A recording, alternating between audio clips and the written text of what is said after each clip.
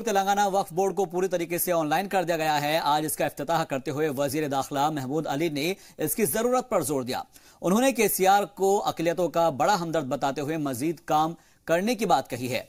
उन्होंने दावा किया है कि मौजूदा दौर में रियासत की सरकारी नौकरियों में 7% मुसलमान हैं और जिसे 12% तक करने पर तेजी से काम चल रहा है। इस दौरान वक्फ बोर्ड के चेयरमैन ने हुकूमत की मदद से खुदबुर्द हो रहे इमलाक पर बहुत जल्द ही कब्जे का दावा किया है। उन्होंने कहा है कि पहले कोई हुकूमत इस तरफ ध्यान ही नहीं देती थी, लेकिन मौजूदा हुकूमत की मदद से रियासती वक्फ की तस्वीर बदलने जा रही है।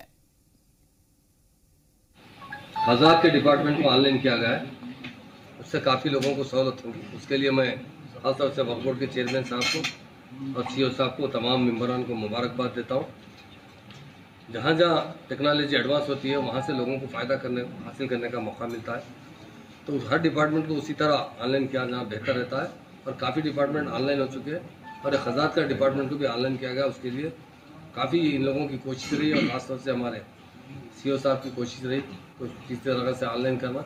और उसमें हमारे वक्फ बोर्ड के लैंड्स का है या जो भी प्रॉब्लम है, आज गवर्नमेंट हमारे साथ ठहरी हुई है। पहले इससे पहले कोई गवर्नमेंट साथ नहीं रहती थी वक्फ प्रॉपर्टियों के लिए। आज गवर्नमेंट में पुलिस हो या कलेक्टर हो या आरडीओ कोई भी हो, ऐसी कुछ हरकत है बोल तो इमीडिएट एक्शन में आ जा रही पुलिस भी और हमारे कलेक्टर, एमआरओ, आरडीओ सब लोग जो है ना, पहले कोई पूछता नहीं था वक्फ लैंड को, जिसको जो समझ में आया कब्जा करके जो ना बैठ जाते थे और कोई पुरसाने वाला नहीं था। हम एक एक चीज करके इंशाल्लाह ताला जो ना उसको हासिल कर रहे हैं और गवर्नमेंट की सपोर्ट से और हमारे केसीआर साहब की सपोर्ट, हमारे होम मिनिस्टर साहब की सपोर्ट से जो ना इंशाल्लाह ताला हमारे जितने लैंड मिसयूज हुए वो बड़े से बड़ा आदमी रहता हम उसको छोड़ेंगे नहीं, वो चीज हासिल करके रहेंगे।